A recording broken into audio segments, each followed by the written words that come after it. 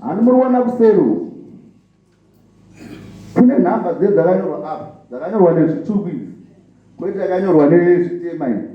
Right, mari ikabvaruka kweso, as long as number idzodzi dziri 2 dziripo $100.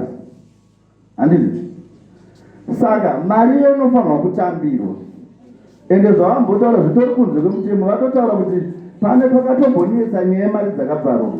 RBZ ikaishuwa esecular, United Embassy ikaishuwa esecular. Vachimbotaura kuti mari nyangwe ikawo kunonzi kuita dzoto, isu tatinongotarisa as the bank, pane tuma namba erati. Kana aripo inoramba ine value. Tinokurudzira semapurisa kuti musati matumira mari kana pane bhizinesi ramaona kana maservices amuri kuda, tangai maona chinhu chacho. Pane vari kutenga motikari, anozitumira mari, ndizvo? Wotumira mari aona kuti kutengesa motikari. Pane imwe yandakamboona recently last week up, munhu aiadvertisa pa WhatsApp, tiutengesa motikari cheap price.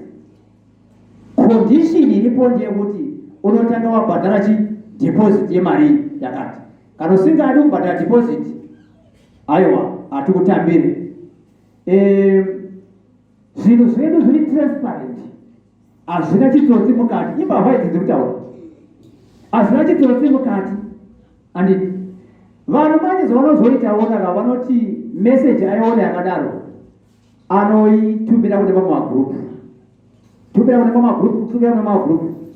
Saka message 1 iyoyo inoonekwa nevanhu vakawanda. Munhu uya mbavha anozopedzesera apira vanhu vakawanda vachimutumira mari paproduct yefake yari kuadvertise.